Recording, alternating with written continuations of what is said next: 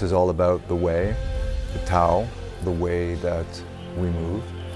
This is a listening practice, so it's about the quality of the movement and our connection to our body in movement.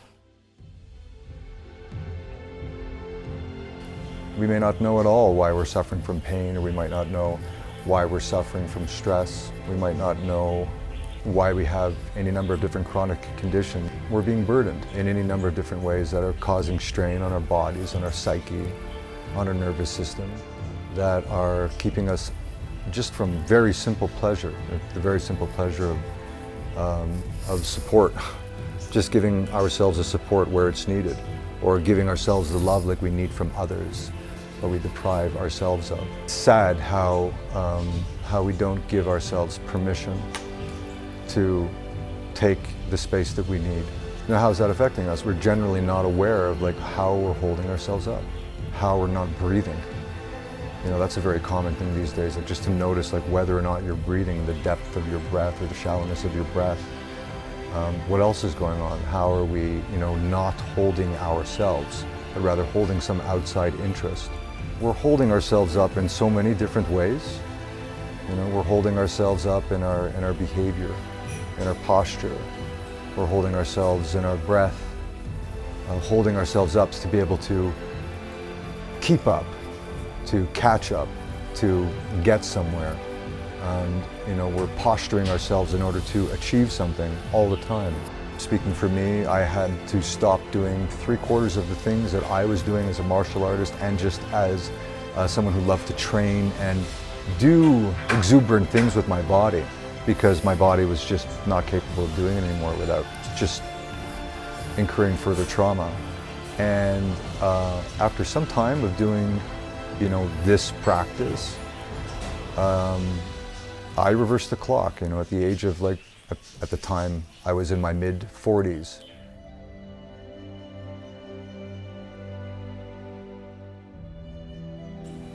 And this practice has completely transformed my physiology. I've healed all kinds of back problems that I was suffering from for years, accumulated through the hard practices of martial arts and just doing everything in a hard way. So when I began to listen, everything that I was doing became better. I was just blown away. It's like I'm 25 again, but with this greater level of consciousness, or this acuity I just didn't have at that age. There's so many distractions, there's so many things going on around us, there's so much bombardment of instruction that it takes us away from the experience of what's going on right here. So it's just kind of a little tweak of tuning our attention inwards. And when that happens, it really just changes everything. Whether it's a dance practice, whether you have a martial arts practice, or a yoga practice, or a tennis practice, or a running practice. Often when we learn how to do anything, we have to learn the way of that discipline, whatever it happens to be. And in doing so, we often bring our consciousness outside of ourselves to emulate something else. And that is the way that we learn.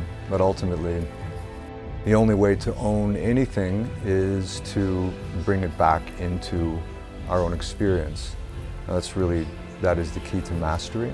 So when we tune into that part that's going on, that's really an experience that's going on internally, we're tuning into our own way. How do you know if something is good? How do you know if somebody is a quack? How do you know if what they're teaching is worth anything at all?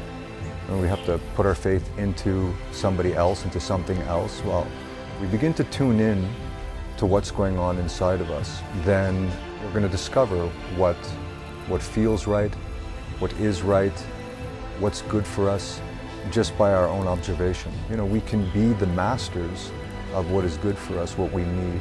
We can be the masters of our own healing that way. Even in our own relaxation practices, we may be thinking of the very next thing that we have to do, and we might be thinking about how we're performing in this moment. We might be judging ourselves in some way. There is a way to slow down. There is a quality of being behind slowing down. A particular way of slowing down will allow us to just be in this moment and give ourselves, like really give ourselves everything that we're asking for. The techniques that are used are in the areas of breath and movement. And there's no particular way that this should be done. The truth is that the body does know what it needs. So there are some basic tools that can teach us how to just move the spine in a way that incorporates breath.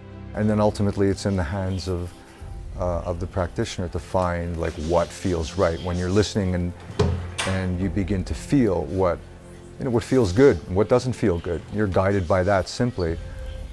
Now you're on your TAO OM journey. I want to have a pleasureful existence.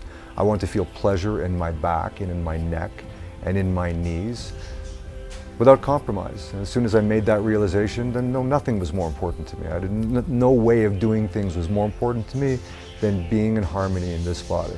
So, I mean, it's transformed my physiology, it's transformed the way I do everything.